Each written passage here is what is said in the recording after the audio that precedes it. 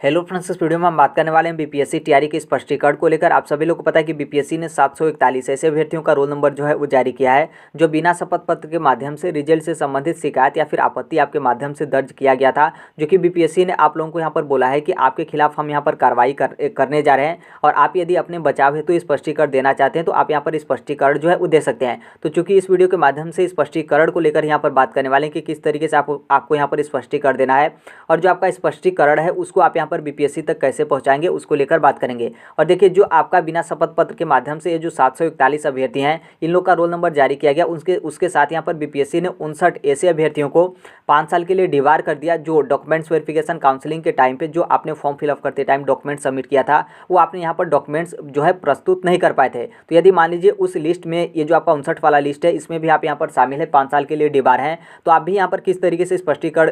दे सकते हैं ताकि वो जो आपका डिबार वाला सूची है उससे आपको यहाँ पर बाहर जो है आपका बीपीएससी की तरफ से किया जा सके। तो आप यहाँ पर ध्यान दीजिएगा, अंत तक आप जुड़े रहेगा किस तरीके से आपको यहाँ पर स्पष्टीकरण देना है, बहुत अच्छे तरीके से आपको क्लियर जो है वो समझ में आ जाएगा। देखिए, जिस तरीके से आप यहाँ पर एप्लीकेशन लिखते हैं बिल्कुल आपको यहाँ पर सेम टू सेम उसी तरीके से आपको यहाँ पर लिखना है। जैसे ऊपर आपने लिख दिया सेवा में बिहार लोक सेवा आयोग 15 नेहरू पथ बेली रोड पटना 8 के बाद आपका 40 फिर 1। देखिए, ये जो भी आपका बीपीएससी के माध्यम से नोटिस या फिर सूचना आता है तो उसके ऊपर आप देखेंगे तो इसी तरीके से आपका लिखा रहता है, तो सेम टू सेम इसी तरीके से आप लिख सकते हैं, कोई यहाँ पर किसी भी तरीके का दिक्कत नहीं होगा। फिर उसके जस्ट नीचे आपको यहाँ पर विषय लिखना है कि परीक्षा फल से संबंधित शिकायत या फिर यहाँ पर आपत्ति के स्पष्टीकरण के संबंध में, क्योंकि आपको यहाँ पर स्पष्टीकरण जो है वो देना है। देखिए, नीचे आप यहाँ पर महोदय या फिर महाशय यहाँ पर लिख सकते हैं, लेकिन थोड़ा सा महोदय लिखेंगे तो थोड़ा सा अच्छा रहेगा। आगे आप यहाँ पर लिखेगा कि महोदय इस तरीके से आपने लिख दिया। फिर महोदय उसके बाद यहाँ पर है कि आपको मतलब महोदय अवगत कराना है कि बीपीएससी द्वारा विज्ञापन संख्या 26/2023 विद्यालय नियुक्ति परीक्षा फल से संबंधित दिनांक 29/10/2023 से 12/11/2023 तक शपथ पत्र के माध्यम से शिकायत या फिर आपत्ति यहाँ पर मांगा गया था। अभी वर्तमान में कुछ दिन पहले आपके माध्यम का मतलब आयोग मतलब बीपीएससी के माध्यम से ऐसे अभ्यर्थियों का रोल नंबर जो है वो जारी किया गया है जो बिना शपथ पत्र के माध्यम से शिकायत या फिर आपत्ति दर्ज किए थे। उक्त रोल नंबर की सूची में मेरा भी रोल नंबर यहाँ पर अंकित है। मतलब जो बीपीएससी के माध्यम से रोल नंबर जारी किया गया है कि ये अभ्यर्थी बिना शपथ पत्र के माध्यम से शिकायत या फिर आपत्ति किए थे, तो उस रोल नंबर में जो आपका 741 रोल नंबर है उसमें क्या है कि रोल नंबर की सूची में मेरा भी रोल नंबर जो है वो अंकित है। फिर नीचे आप यहाँ पर लिखिएगा कि उसके लिए आपके माध्यम से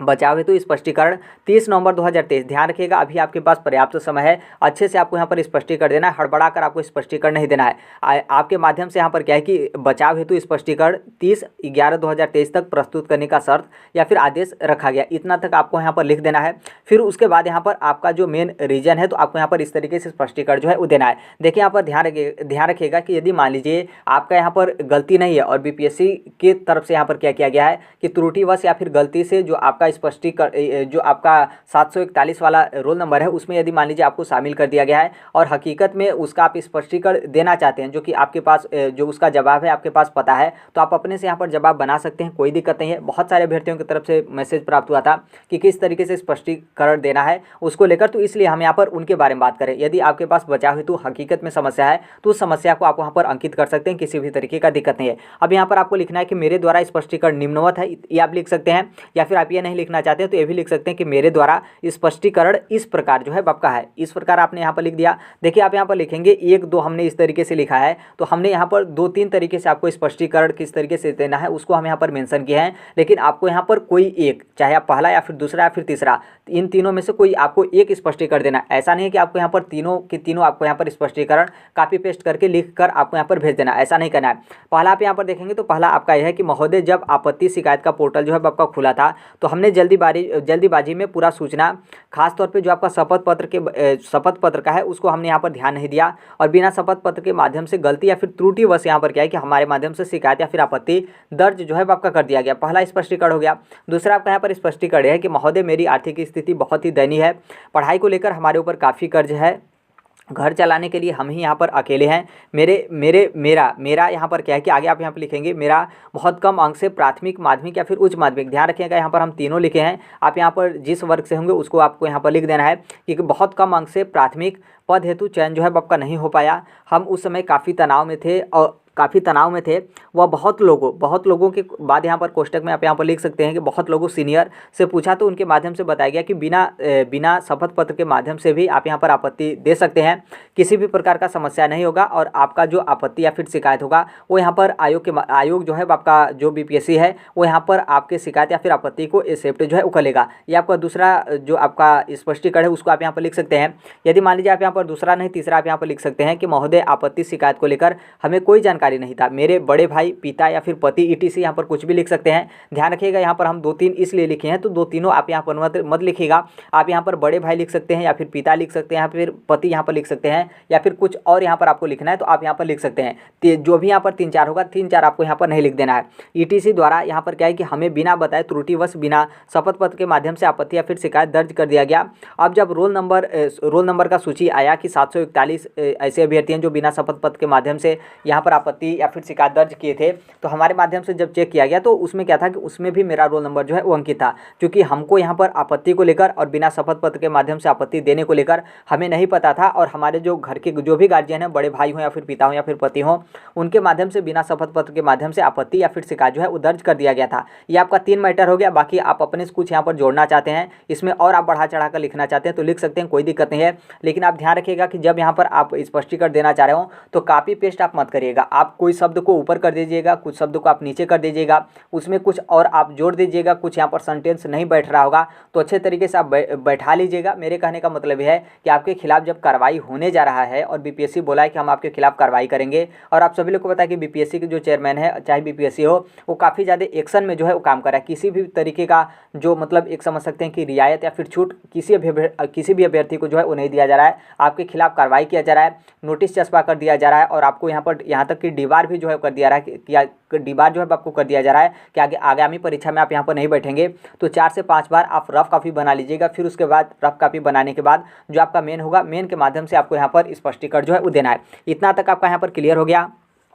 फिर उसके बाद आपको यहाँ पर नीचे इस तरीके से जो है वो लिखना है कि अतः महोदय मेरे द्वारा अनजान में इस तरह का प्रथम व यहाँ पर अंतिम गलती किया गया है। मेरा मकसद आयोग के छवि पर यहाँ पर शक या फिर धूमिल करना व आयोग के बहुमूल्य समय को बर्बाद करना बिल्कुल यहाँ पर नहीं था। हम हमेशा आयोग के शर्त आदेश को मानते आए हैं और आगे भी जो है यहाँ पर मानते रहेंगे। विश्वास दिलाता हूँ कि आगे से मेरे द्वारा ऐसा कोई गलती या फिर त्रुटि यहाँ पर नहीं होगा जिससे कि आपका बहुमूल्य समय मेरे द्वारा जो है यहाँ पर बर्बाद हो। मैं स्पष्टीकरण के माध्यम से अपनी गलती के लिए क्षमा मांगता हूँ और भविष्य में ऐसी गलती ना करने का वचन भी यहाँ पर जो है आपका देता हूँ। मतलब ये जब आप स्पष्टीकरण आप यहाँ पर लिख लेंगे तो आप यहाँ पर इस तरीके से जो है लिख सकते हैं कि अतः महोदय, यहाँ पर एक बार और क्लियर कर देते हैं कि अतः महोदय मेरे द्वारा अनजान में इस तरह का प्रथम व यहाँ पर अंतिम गलती किया गया है। मतलब आपकी तरफ से प्रथम भी यहाँ पर गलती किया गया है और ये आपका गलती अंतिम भी गलती रहेगा, ऐसा आपको यहाँ पर मानना है। मेरा मकसद आयोग का जो छवि है उस पर यहाँ पर शक करना या फिर आयोग की छवि पर मतलब आयोग की छवि को धूमिल करना व आयोग के बहुमूल्य समय को यहाँ पर बर्बाद करना बिल्कुल भी मेरा मकसद यहाँ पर नहीं था। हम हमेशा आयोग के शर्त, जो भी आयोग का शर्त होता है और जो भी आयोग के आदेश होते हैं उसको हम यहाँ पर मानते हुए आए हैं और आगे भी यहाँ पर मानते रहेंगे। और आपको यहाँ पर विश्वास आयोग को दिलाना है कि विश्वास दिलाता हूँ कि आगे से मेरे द्वारा ऐसा कोई गलती या फिर त्रुटि नहीं होगा जिससे कि आपका मतलब आयोग का बहुमूल्य समय मेरे द्वारा यहाँ पर बर्बाद हो। मैं स्पष्टीकरण के माध्यम से, मतलब जो आप स्पष्टीकरण दे रहे हैं, मैं स्पष्टीकरण के माध्यम से अपनी गलती के लिए क्षमा मांगता हूँ और भविष्य में ऐसी गलती ना करने का वचन यहाँ पर देता हूँ। तो आप यहाँ पर इस तरीके से आपने कर दिया। फिर यहाँ पर नीचे जो आपको थोड़ा सा और जो है आपको लिख देना है कि अतः आप आयोग से निवेदन है कि हमें क्षमा करें और भविष्य में हमारे खिलाफ कोई भी कार्रवाई न किया जाए। हमें नहीं, यहाँ पर हम आपको लिखना है कि हम अब से आपके मतलब आयोग के शर्त आदेश को ध्यानपूर्वक पढ़कर ही उस पर यहाँ पर कार्य जो है वो करेंगे। तो इतना आप यहाँ पर लिख सकते हैं। फिर उसके बाद यहाँ पर आप जिस तरीके से धन्यवाद वगैरह लिखते हैं वो भी आप यहाँ पर धन्यवाद लिख सकते हैं, या फिर सादर इस तरीके से आप लिखते हैं तो आप यहाँ पर सादर जो है वो लिख सकते हैं। फिर यहाँ पर जिस तरीके से आप यहाँ पर बगल में लिखते हैं जैसे विश्वास भाजन भाजन कुछ लोग लिखते हैं तो विश्वास भाजन आप लिख सकते हैं, या फिर आप लिख सकते हैं कि बीपीएससी टीआरई फर्स्ट प्राथमिक माध्यमिक या फिर उच्च माध्यमिक जो भी वर्ग से आपने अप्लाई किया था और जो भी आपका इस तरीके का मैटर है, तो आप यहाँ पर बीपीएससी टीआरई फर्स्ट यहाँ पर आप लिख के प्राथमिक अभ्यर्थी इस तरीके से आप यहाँ पर लिख सकते हैं। यहाँ पर आप अपना रोल नंबर लिख दीजिएगा, नाम लिख दीजिएगा, फिर यहाँ पर आप अपना रोल नंबर लिख दीजिएगा। आप यहाँ पर देखेंगे पता में हम यहाँ पर जो है वो कट कर दिए हैं, तो पता आपको यहाँ पर नहीं लिखना है। हो सकता है कि आप यहाँ पर अदर स्टेट के अभ्यर्थी हो तो थोड़ा सा यहाँ पर दिक्कत हो, इसलिए आप यहाँ पर पता को जो है मत लिखिएगा। तो इतना आपका स्पष्टीकरण क्लियर हो गया। इस स्पष्टीकरण ये जो आप पीडीएफ यहाँ पर देख रहे हैं या फिर जो भी मेरे माध्यम से एक जल्दीबाजी में लिखा गया है, तो इसे हम टेलीग्राम पर शेयर कर देंगे, तो उसे आप देख लीजिएगा। लेकिन मैं यही कहूँगा कि आप कॉपी पेस्ट मत करिएगा, कॉपी पेस्ट करेंगे तो दिक्कत होगा, क्योंकि अधिकतर अभ्यर्थी इसको देखेंगे और उसी तरीके से आप यहाँ पर सेम टू सेम करेंगे तो एक तरीके से कॉपी पेस्ट होगा। तो आप किसी शब्द को ऊपर नीचे या फिर यहाँ पर ऊपर नीचे नहीं करते हैं, तो जो आपका कुछ सेंटेंस होगा उसमें कुछ अपने स्तर से बढ़ा लीजिएगा, या फिर कुछ सेंटेंस जहाँ पर आपका पूरा अच्छे तरीके से नहीं बैठ रहा हो, कहाँ पर की हो, कहाँ पर को हो या फिर आयोग हो, इस तरीके से तो आप बैठा कर जो है वो लिख लीजिएगा। देखिए कैसे आपको यहाँ पर आपत्ति जो है वो देना है। तो जो आपका आपत्ति वाला होगा तो उसमें आपका कोई उस तरीके का माध्यम नहीं दिया गया, उसमें सिर्फ बोला गया कि बीपीएससी का जो ऑफिशियल वेबसाइट है कि उसके माध्यम से आपको यहाँ पर स्पष्टीकरण जो है वो देना है। तो देखिए ये जो आपका 59 अभ्यर्थियों वाला है जिनको यहाँ पर डॉक्यूमेंट्स वेरिफिकेशन में गलत पाए जाने पर यहाँ पर बीपीएससी के माध्यम से क्या किया गया कि 5 वर्षों के लिए इन लोग को डिबार किया गया है। तो इसमें इन अभ्यर्थियों से स्पष्टीकरण जो है मांगा गया है। तो इन अभ्यर्थियों से जो स्पष्टीकरण मांगा गया है, जो आपका बीपीएससी का मेल है, वहाँ पर इन अभ्यर्थियों को जो है वो स्पष्टीकरण देना है। तो यहाँ पर क्या है कि आप भी यदि 741 वाली लिस्ट में है तो इसी तरीके से आप अपना स्पष्टीकरण जो है वो लिख लीजिएगा। लिखने के बाद पीडीएफ आपको बना लेना है। पीडीएफ बनाने के बाद आप यहाँ पर देख सकते हैं जो आपका बीपीएससी का मेल है, इसको हम यहाँ पर बड़ा कर दिए हैं। तो यहाँ से इसके माध्यम से आप यहाँ पर मेल जो है वो कर लीजिएगा। ध्यान रखिएगा कि यदि मान लीजिए आप यहाँ पर मोबाइल से जो है वो मेल कर रहे हैं, तो आप एक बार मेल करने के बाद देख लीजिएगा कि जो आप यहाँ पर पीडीएफ भेज रहे हैं वो आपका मतलब आयोग के पास गया फिर नहीं। क्योंकि कई बार ऐसा क्या होता है कि मोबाइल के माध्यम से आप मेल वगैरह भेजते हैं और आपका अपडेट वगैरह मेल नहीं हुआ रहता है, तो क्या होता है कि जो आप लिखते हैं वो तो आपका चला जाता है, लेकिन जो आपका पीडीएफ होता है वो आपका नहीं जाता है। तो एक बार क्रॉस चेक करेगा, और यदि मान लीजिए दिक्कत हो तो जो आपका कंप्यूटर वगैरह हो या फिर लैपटॉप वगैरह हो उसके माध्यम से आप यहाँ पर पीडीएफ भेजेंगे तो आपका स्पष्टीकरण जो है वो जा सकता है। और यदि जो हमने आपको ऊपर स्पष्टीकरण बताया, यदि मान लीजिए उसमें आप यहाँ पर कुछ जोड़ना चाह रहे हो कि हम कुछ और मैटर आपका ऐड करें या फिर इससे हट कर आपका कोई उसका जवाब है, तो आप यहाँ पर बिल्कुल दे सकते हैं, किसी भी तरीके का दिक्कत नहीं है। और यहाँ पर एक बात हमेशा ध्यान रखिएगा कि आपसे यहाँ पर गलती हुई है तो आपको यहाँ पर जवाब बहुत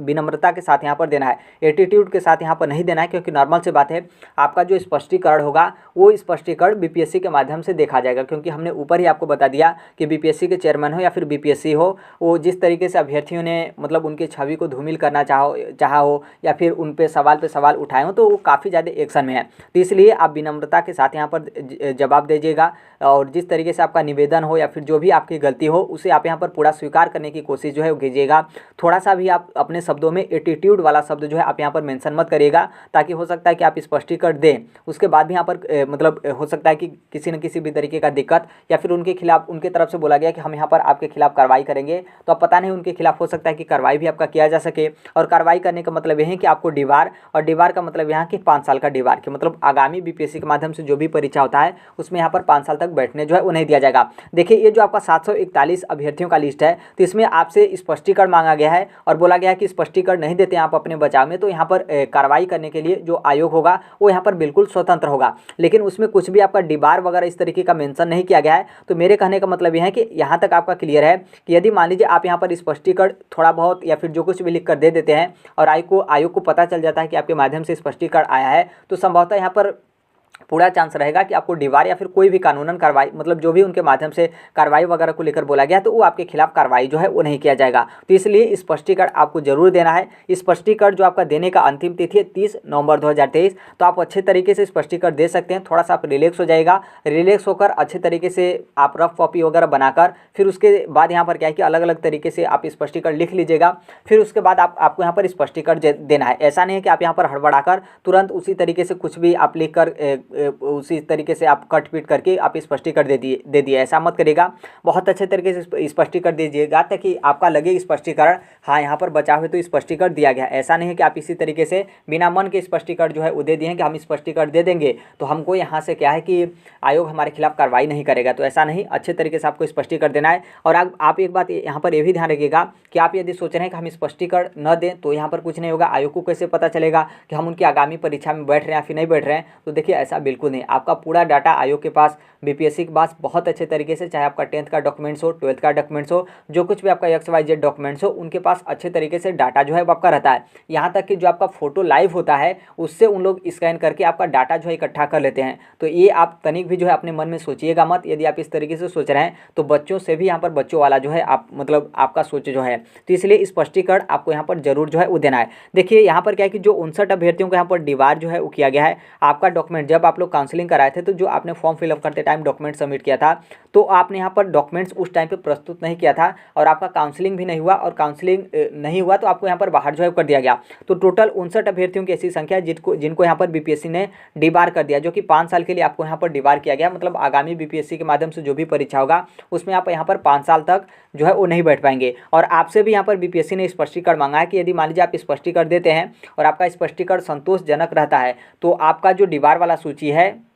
जो कि 59 अभ्यर्थी हैं तो इससे आपको यहाँ पर बाहर कर दिया जाएगा। मतलब यहाँ पर क्या है कि आपको डिबार नहीं किया जाएगा, डिबार वाला जो लिस्ट है उससे आपको यहाँ पर बाहर कर दिया जाएगा ताकि जो भी बीपीएससी के माध्यम से आगामी परीक्षा हो और खासतौर पे जो आपका बीपीएससी टीआरई सेकेंड हो उसमें आप यहाँ पर शामिल जो है हो सकते हैं। तो देखिए आप भी यहाँ पर जो हमने ऊपर इस तरीके से बताया तो इसी तरीके से आप यहाँ पर दे सकते हैं। जो आपका ऊपर का मैटर था उसको आप इसी तरीके से मेंशन कर सकते हैं। जो आपका बीच वाला स्पष्टीकरण वाला मैटर था तो नॉर्मल सी बात है, आपका कौन सा डॉक्यूमेंट्स था, कौन से डॉक्यूमेंट्स में आप त्रुटि किए थे या फिर कौन सा डॉक्यूमेंट्स आप सबमिट नहीं कर दिए थे, उसका रीजन तो आपको पता होगा। तो उसके संबंध में आप यहाँ पर अपने से थोड़ा सा बनाकर इस तरीके से आप अपना स्पष्टीकरण जो है वो दे सकते हैं, ताकि हो सकता है कि स्पष्टीकरण देने के बाद यहाँ पर क्या है कि आयोग जो आपको यहाँ पर डिबार किया है, डिबार सूची में आपको शामिल किया है, तो कहीं ना कहीं आपको उस सूची से बाहर जो है वो निकाल देगा। तो देखिए अभी के लिए यही अपडेट है। बाकी बहुत सारे अभ्यर्थी नहीं कहेंगे, कुछ अभ्यर्थी तो ऐसे भी होंगे कि जो इन सूची में शामिल होंगे और आप लोग यहाँ पर स्पष्टीकरण हेतु अपना जवाब जो है वो बनाकर नहीं देंगे और आपको लगेगा कि कुछ भी नहीं होगा। देखिए कोई कितना भी बता दे, बहुत सारे ऐसे अभ्यर्थी हैं कि जो अपने मन से ही करते हैं। देखिए बिल्कुल आपको अपने मन से करना चाहिए, लेकिन अगला किस तरीके से आदेश है उसको कम से कम आपको यहाँ पर ध्यान जो है वो देना चाहिए। तो आप अपना इस तरीके से स्पष्टीकरण दे दीजिएगा। बाकी ये जो आपका स्पष्टीकरण वाला PDF है इसे हम टेलीग्राम पर शेयर कर देंगे, तो आप इसे देखना चाहें या फिर हेल्प लेना चाहें तो बिल्कुल आप ले सकते हैं। बाकी आपका मतलब आपको लगता है कि नहीं हम अलग तरीके से यहाँ पर स्पष्टीकरण अपना देंगे तो उस तरीके से भी आप यहाँ पर दे सकते हैं, कोई दिक्कत नहीं है। मेरा मकसद ये है कि आप स्पष्टीकरण दें ताकि जो भी आयोग आपके खिलाफ कार्रवाई करने को लेकर बोला है तो कहीं ना कहीं उस कार्रवाई वाली जो सूची है उससे आप लोगों को यहाँ पर बाहर जो है आयोग के माध्यम से किया जा सके। तो अभी के लिए यही अपडेट है। बाकी जैसे भी जो कोई भी अपडेट होगा उसे हम शेयर कर देंगे। बाकी कोई आपका डाउट होगा तो कमेंट के माध्यम से आप डाउट अपना शेयर कर सकते हैं। बाकी डाउट आपका है शेयर करते हैं, यदि किसी अभ्यर्थी को उसका जवाब भी पता रहता है तो आप एक दूसरे का आपस में हेल्प जो है वो कर सकते हैं। तो बाकी मिलते हैं अगले नेक्स्ट वीडियो में, तब तक के लिए thank you, bye bye, take care, all the best, thank you for listening, God bless, और थैंक यू।